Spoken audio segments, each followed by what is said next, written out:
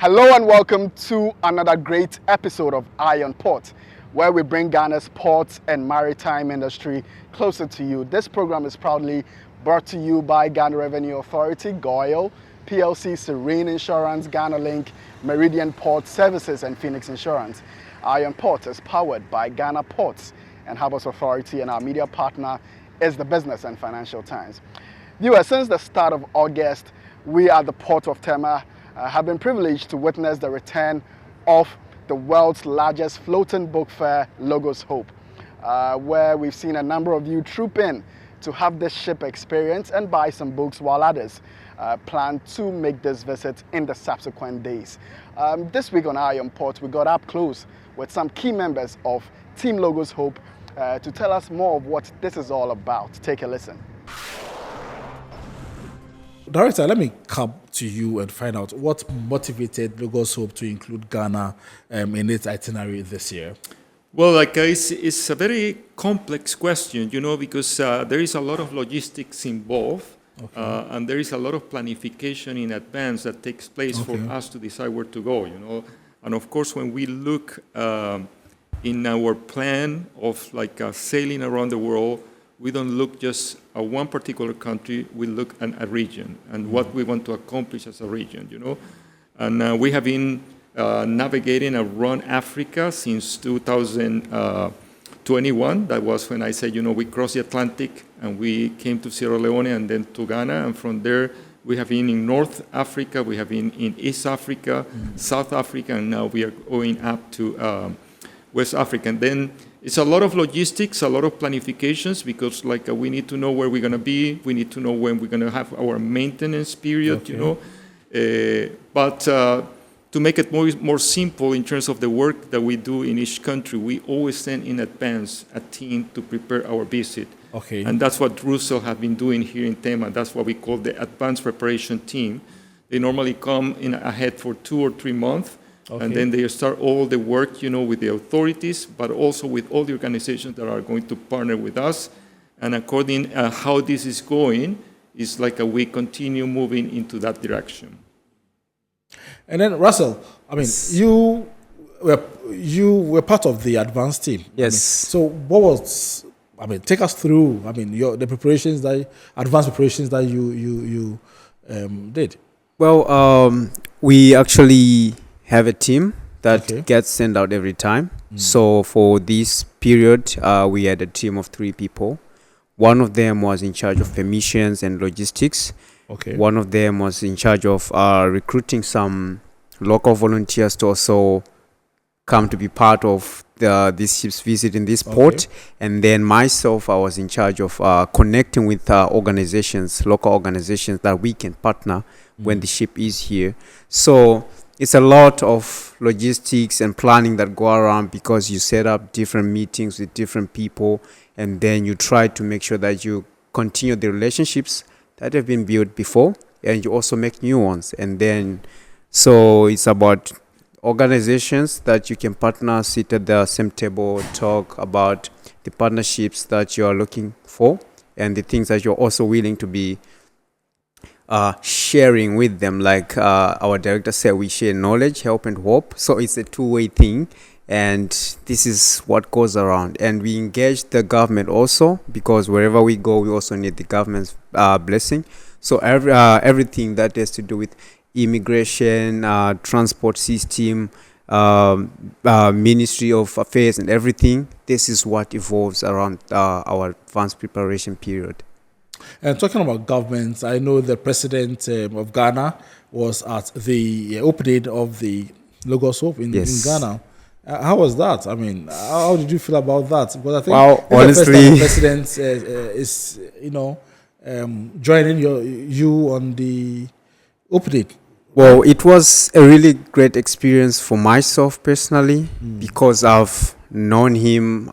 We've studied a lot of our leaders here in Africa, and he was one of those iconic leaders that we also are studying. And then seeing him in person was a really great experience, and it was just overwhelming.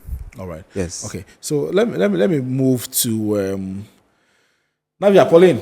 Yes. Let me find out from you. So we refer to Logos Hope as the largest, book Floating fair. book fair, yeah. Yes, so tell us, why is it the largest book fair? Well, under the organization GBHA, which is Good Books for All, we have a sister ship as well called Doulos Hope, but it is much smaller than us. And I think, as our former director, Randy Gribby, also said, it's good to be the world's largest floating book fair when you're the only floating book fair in the world. So it's cool. And I think that's our main cargo.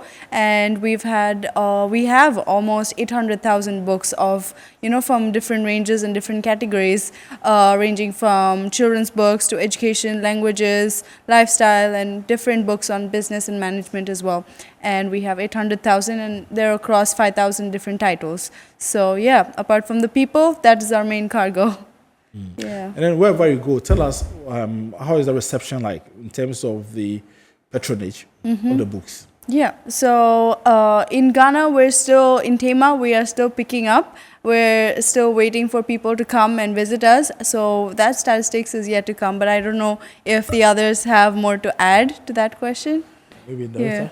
No, I think as in any other port, sometimes at the beginning it's a little bit hard, until people get to know that we are here and until people realize that there is much more than books. Of course, books is a big part of our work or our presence here.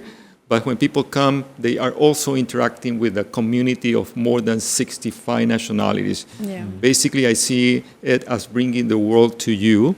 And for people just not to go and buy a book, but also to have the opportunity to talk to people and to interact with people, then we really want to invite all the audience to experience this that is unique for Logos Hope. And I know you have over 350 volunteers from different nationalities on board. How do you manage such a diverse crew? Well, that's one of the unique also things that people, when they come on board, because we think that it can be challenging because we live together, we also work together, and we spend the 24/7 together in this community. But it's also a stretching experience, because you cannot go to any other place where you're going to find so many people and where you can learn from so many people from all different backgrounds. Then it's difficult, it's challenging, but we train our community before they come on board. Okay. And while they are on board, we also invest a lot on them for them to be able to live together. And one of our main values, I would say, is love and respect. Okay. We come with that attitude on board the ship that we're going to value, we're going to respect, we're going to love others even when we see differences. Okay, so I'll be coming back to you, but then Russell, what kind of training and preparations do volunteers undergo before joining Logos Hope? Well, it's all about also personal development. So we have our ship's leadership that is in charge of that. And then they'll be able to be training people on how you can relate with each and everyone. Because we are coming from different backgrounds, different cultures. So we also have professional people that also have a professional experience in that kind of field. So that they could share and also train the crew members. But also to stay on board is different from staying on land. So we also have highly professional skilled people that also come to train the crew about life surviving skills, on how you can also live well on the ship. And we have different kind of trainings that we have to go through. And also when you get to join our different departments, also we have people assigned for that can also help the crew members to be trained in their specific department that they will be integrated in. Okay. Yes. You want to add something? Yeah, so apart from all of that, I can say we also have, apart from the book fair as well, we also have libraries that are available on board that the crew members can have access to. They can get to learn in their own personal way. And also, we have access to the digital world as well. So just learning and growing for their personal growth, yeah. And also for the audience to understand it, this is like a small city inside the ship, you know. Then we have to have like a school for the kids. We have a clinic, Yeah. As she said, we have libraries, we have a gym, We have like everything that we can provide for the community in the ship to be able to serve during all this time, you know. And also every single person on board is a volunteer, and then you have to have people cooking the meals for 350 people. Yeah, I was coming to that. Because how do you manage that? Because that should be a lot of work. Yeah, well, like when people come on board, you know, these 350 people are already classified according to the different tasks, the different departments, and everyone is assigned a particular job on board the ship. Okay. We all are volunteers, but at least for the first year, you know, we assign those who are going to be working, for example, in the hotel services, you know, providing, you know, the cleanness, those who are going to be cooking the meals, those who are going to work in the school, the leadership, and so on. Then it's quite complex. It's almost like a small city floating in the oceans.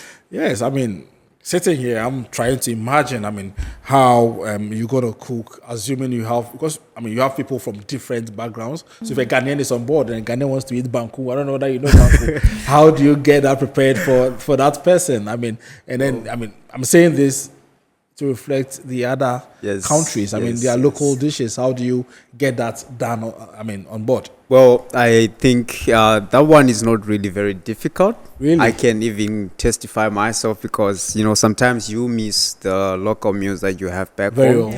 But the good part about our ship now is that we have things ready. If you want to make something specifically for yourself that can help you connect back to your roots, we have pantries, and everybody has access to these pantries. And also we have ingredients in our kitchen, and then you can just ask the shift leader on that day if you need something so that you can make yourself. Yes, we have access to pantries, access to the kitchen. All you need to ask is to ask the shift leader, and then you can make a nice meal for yourself. Yes. But also it's part of the training. Yeah. You know, if I give to Navi a curry all day, you know, he can have curry in India. You know, the idea is that she comes on board the ship and she gets adaptable to everything that is different. And even when we go to each country, we want to really enjoy, you know, the local cuisine. And just to add to that, I think just this past week, we've had the opportunity of some volunteers coming and offering us a local cuisine. We got to try some. It was for our dinner. So it was a local meat. We had some jollof rice and some other things that I'm sure you enjoyed the Ghanaian jollof. Yeah. I could take the spice. I loved it. But Okay. So if a Ghanaian watching us, if that person wants to volunteer, I mean, what process should that person go through? Yeah, so the first thing I would say is to go onto our website, which is gbaships.org. They will have a platform. That's the platform where they can sign up, and they will give their contact information, and our recruiting partner will get in touch with them and get them through the process of application and then interviews and then their way to join us as well. Okay, let me come to Director. And Director, could you share some stories or experiences from crew members that highlight the impact of their work?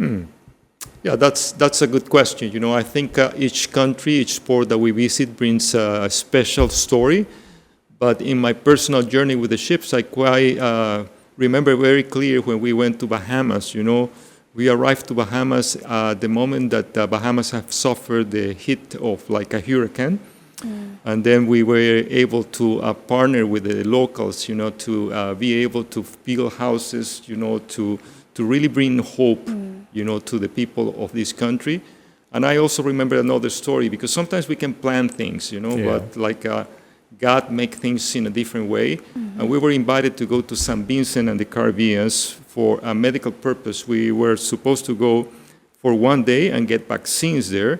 You know, and that was the reason why we were sailing to St. Vincent and the Caribbean. But the day that we were sailing, a volcano erupted in St. Vincent. And we arrived in the right moment because all the water reserves were contaminated because of the eruption. And because we are able to produce water, we were able to give water for 24 hours to the community in that particular port. It was beautiful. You know, everybody joined efforts. Everybody came with big tanks, small bottles, and we were able to share water, but we also were able to share our hope where it is our foundation of why we are doing all of this. That's quite impressive. I mean, if I should say. But then, what about the books you have? I mean, how are the books also impacting the communities in which you visit? Sure. Like as I say, we are well known because we are the largest floating exhibition in the world, and we believe that knowledge is one of the biggest weapons, as one of the former leaders of Africa said, to change the world. And we have seen so many communities change. Normally we sell the books, but there is also opportunities where we can donate books to those people that doesn't have the possibility to reach to those books, And we have seen that happening in many places, in many islands, where people don't or have never have access to literature, and coming to the ship and being able to get in their hands for the first time, a physical book, a hard copy, and books that are also bringing hope to their life, are bringing knowledge, and are transforming their life. We have always also helped to equip libraries in different places that we have gone. Then our service, our desire goes beyond of just people coming to the ship and getting a book, but we are also happy and willing to go to their communities, especially those who are don't have easy access to the ship where we are, and bring books and hope to them.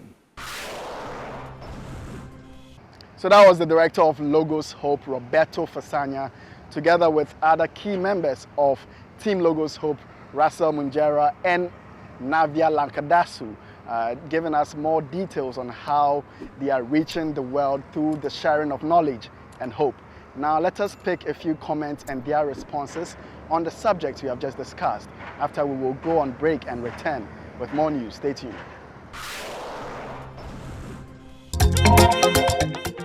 Hi, my name is Doris. I'm so keen on being a part of this. What kind of training and preparation do volunteers undergo before joining Logos Hope? And how does a Ghanaian volunteer successfully? Hi Doris, this response comes from Russell. Those that would really love to join our ship and also serve with us, we implore to them that they go to our website that we have, GBA Ships, and then everything that they need, they will be guided their steps there, and then they can find application forms there, and then someone will be really in contact with them, whether on their emails or their phones as well.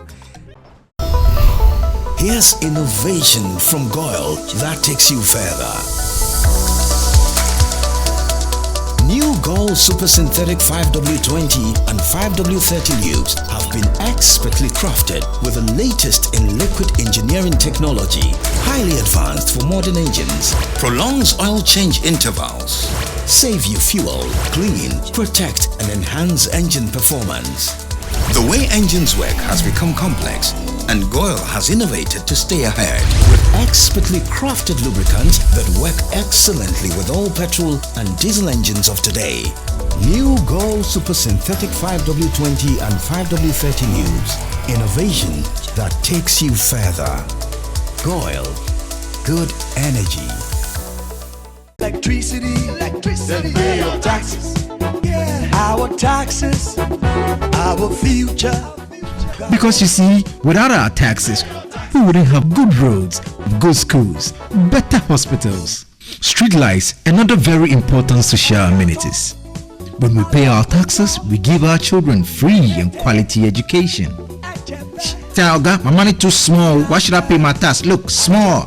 Salifo, it doesn't matter how small or big your business or income is, you still have to pay your taxes. The little taxes from each and every one of us, when put together, could give your community clean water or that deprived school with tables and chairs. Please pay your taxes. It is your responsibility. It is your civic duty. It is the law.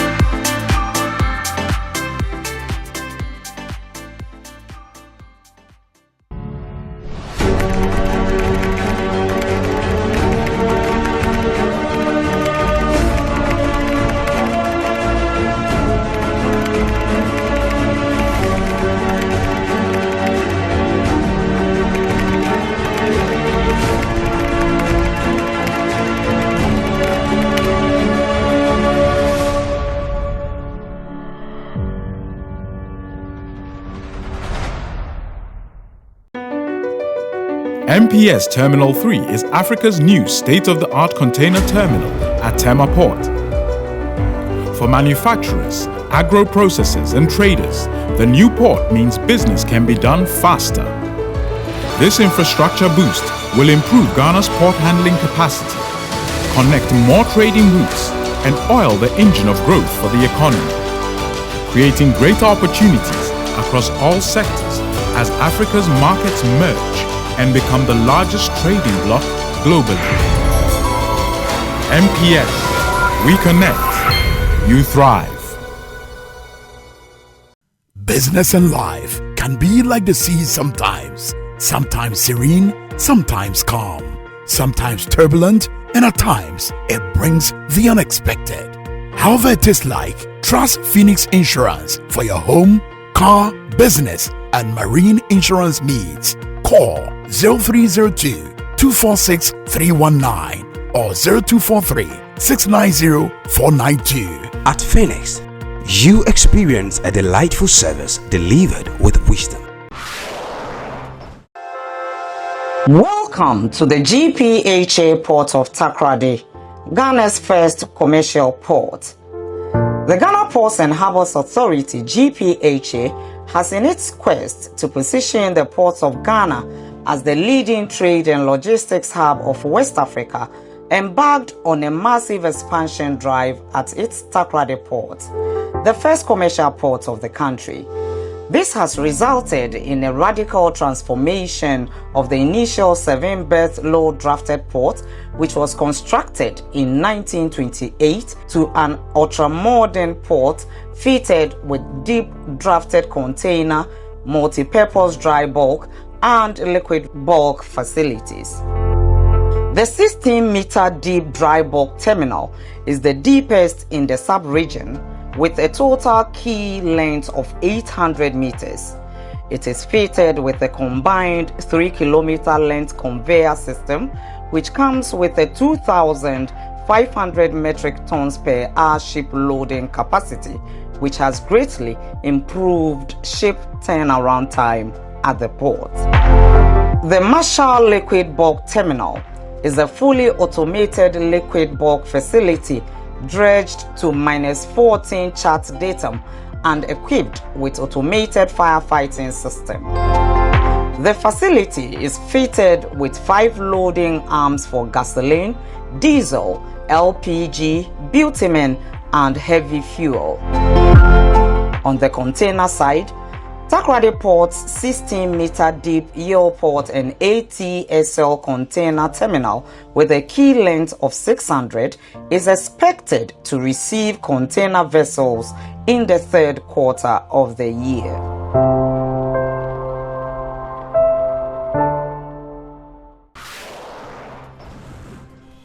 Welcome back, viewers. Now, the past week was a very eventful one in our port and maritime sector.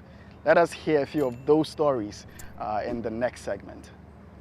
The Deputy Minister of Transport, Frederick Obenadum, has emphasized the importance of utilizing the nation's water bodies in ways that support economic development and environmental sustainability. The Deputy Minister was speaking at the 2024 Shipping Conference organized by the Ghana Chamber of Shipping in Accra.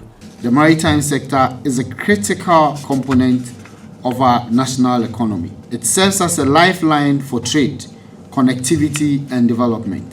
Ghana's position on the West African coast provides an advantageous gateway for international shipping and trade. With our deep sea ports and contributions of fishing, shipping, tourism, and marine resource, the potential for growth in this sector is immense. The conference was under the theme Blue Economy, Local Private Sector Participation in the Maritime Space. Chairman of the Ghana Chamber of Shipping, Magnus Adiko, described the blue economy as a forward-thinking evaluation of the long-term benefits that the country's oceans and seas provide to the economy.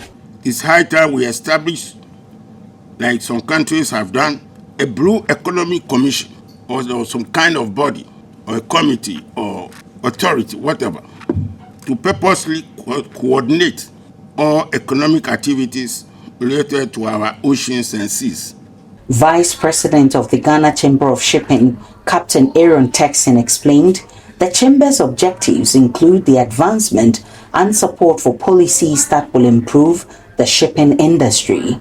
The Chamber's primary objectives include promoting and advocating the policies that benefit the shipping industry, providing a platform for members to network and share knowledge, facilitating collaboration between industry and stakeholders, and supporting the growth and development of the maritime sector in Ghana.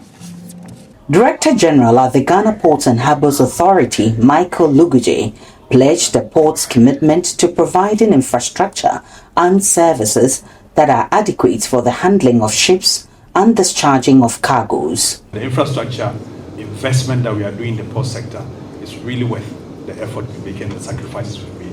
For Tema in particular, like he said, I'm sure in the next 5 years, if the trend goes as it is, probably we're talking about another phase of another major container terminal to grow in Tema. But in doing all that, the Port Authority, of course, with the support of government, we realized everything is too much concentrated in the Accra, Tema area.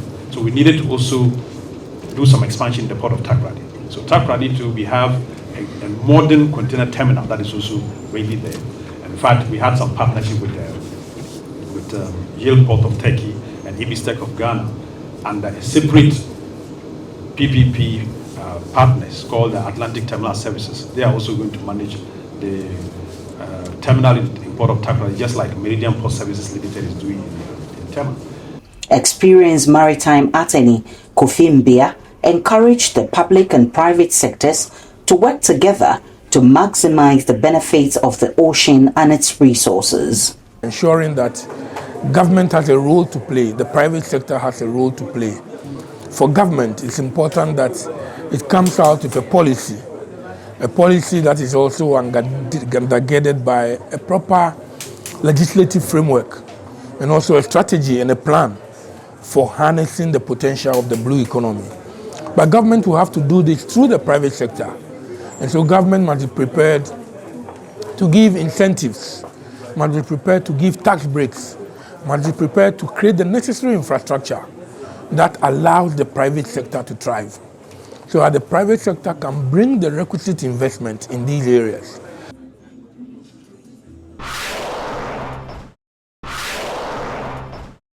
The Minister for Transport, Kweku Fore-Siama, is expected to sign the acceptance certificate of completion for the Jamestown fishing port soon, following his conclusive official tour of the completed facility last Monday. The minister jointly inspected the facility with the Economic and Commercial Counselor of the Chinese Embassy, Li Yaohong, the Chief Director of the Ministry of Transport, Mabel Sego, the Director General of the Ghana Ports and Harbours Authority, Michael Luguje, and his management team, after he was briefed by contractors from the China Railway Construction Corporation. The sector minister expressed satisfaction with the $50 million fishing port project and thanked the government of China for the aid. He also applauded GPHA for offering expert supervision and other stakeholders who contributed to the project. We are here based on the advice from GPHA, who are the supervisors, engineers supervisors, and let me thank them for a good job they've done, and the contractor also for having, in spite of all the difficulties, completed the construction of this project. Today is not the commissioning. We are coming for the final inspection, and like the councillor said, then after that, based on the advice of GPHA, I may then sign the certificate. Then we go to President to inform him about the completion of the project, so that he will do us the honor of commissioning it. The project, along with 11 other fishing ports and landing sites being developed along the coast of Ghana to promote the sustainability of Ghana's fisheries sector, is the brainchild of President Nana Akufo-Addo and his government. Government is very much committed to the infrastructure development of the fishing activities. When we took over, the present position was that the conditions with which our fisher folks were, those conditions were not present. So we needed to improve the infrastructure with which they work with. The Jamestown Fishing Port project is the largest project China has donated in recent years, according to Li Yaohong, the Economic and Commercial Counselor of the Chinese Embassy in Ghana. He underscored China's strong ties with Ghana. I hope the Honorable Minister would sign the acceptance certificate of this project with the Chinese ambassador to Ghana and to earliest convenience. I hope the Ghanaian government can make full use of this facility to develop fishery and benefit the Ghanaian people. Listen to the Director General of GPHA, Michael Luguje, also expressing his excitement about the project. And today is just a joint inspection conducted by the Minister for Transport. Like he indicated, other technical processes will be completed, certificate will be signed, and then Minister will then work with the Office of the President to fix the date for the official commission of the project. So we are satisfied that they did a good job from the technical point of view. The Jamestown Fishing Harbour sits on a 60,000 square meter land and has been optimized with modern facilities including ice-making plant that can produce 60 tons per day on average, a cold store that can store 200 tons of fish, 2 workshops, a fish market that can accommodate 200 sellers per day, ancillary stores, an administration block and a crèche for children.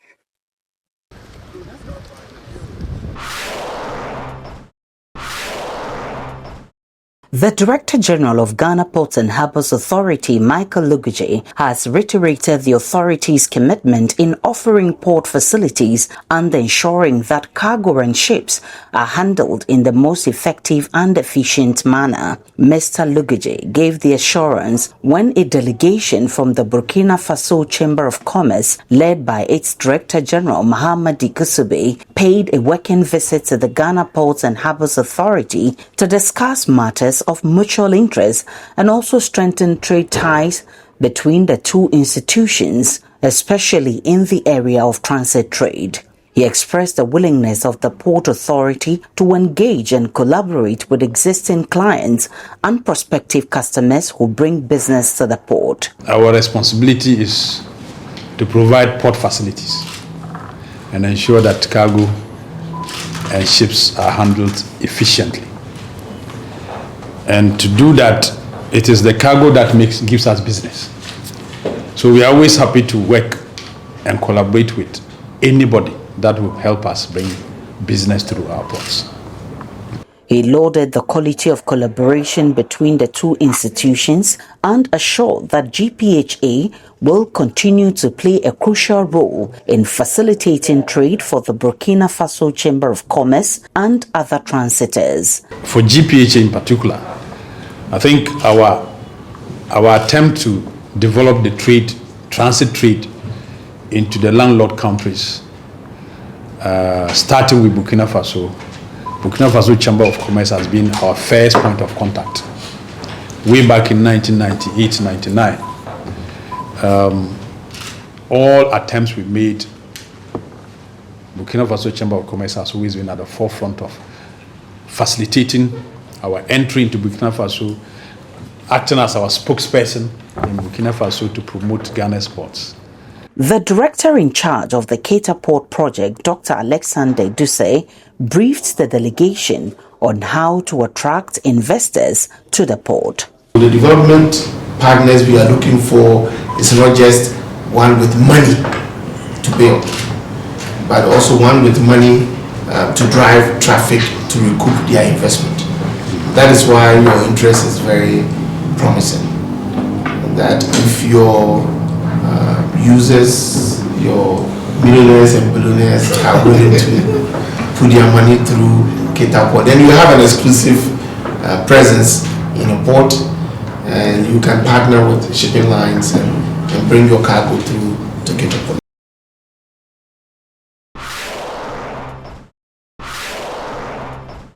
Super SP, Ophelia.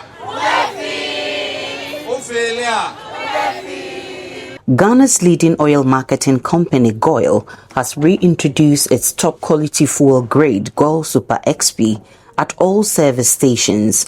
The move is aimed at complementing the existing Goil Super XP Run 95. According to Goil, Super XP is a specially designed fuel that suits a wide range of vehicles. It is enhanced with the XP3 additive, which boosts engine performance and reduces overall fuel consumption. Speaking at the launch, Kwame Prempe Group CEO and Managing Director of Goil stated the unique formulation of Goil Super XP ensures that car engines run more smoothly and efficiently with improved acceleration and power. Ours goes beyond the ordinary fuel. It's fuel which has been made more quality so that when you buy, your car's performance will be enhanced. When you buy Goil Super XP, you can travel longer distances with the same quantity of fuel, and it's affordable. Prempe added that the additives in Super XP do not only offer better mileage, but also maximizes fuel performance.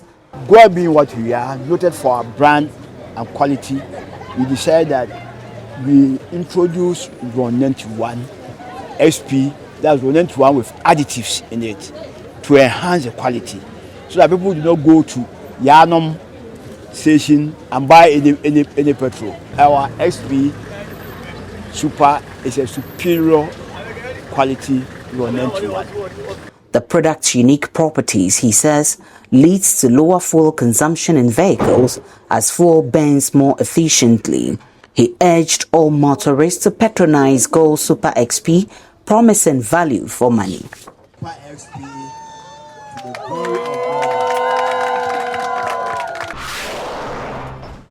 It's now time for some international shipping and maritime related news.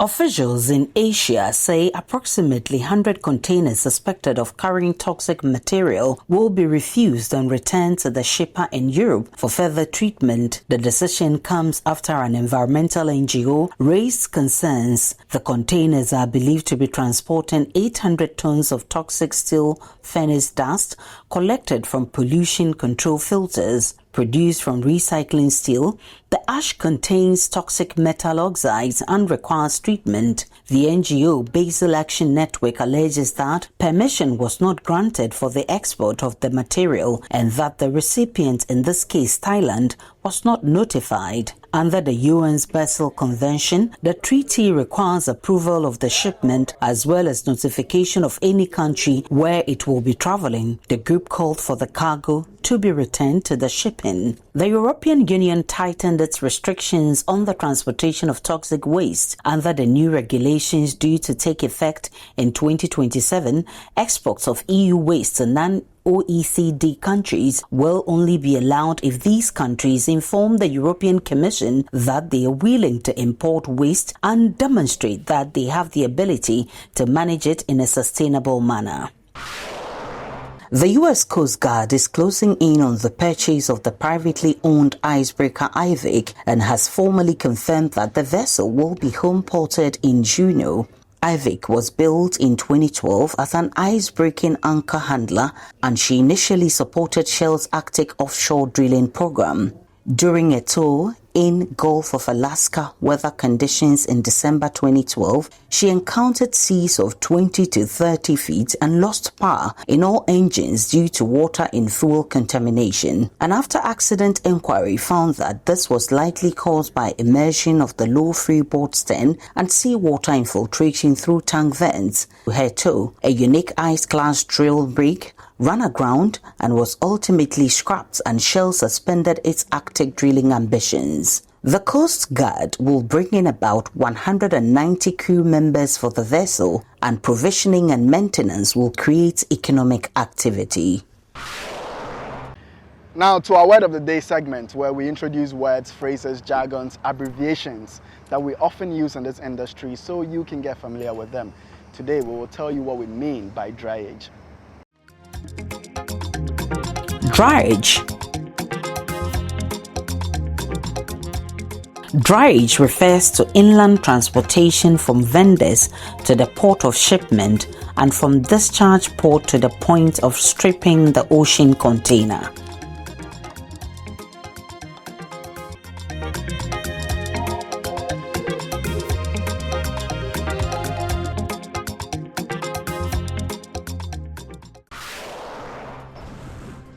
Let us now look at the schedule of vessels that have berthed in the ports of Tema and Takoradi and at the anchorages of both ports, as well as those expected in the coming weeks, plus the Bank of Ghana exchange rates, which you may need to know to clear your cargoes.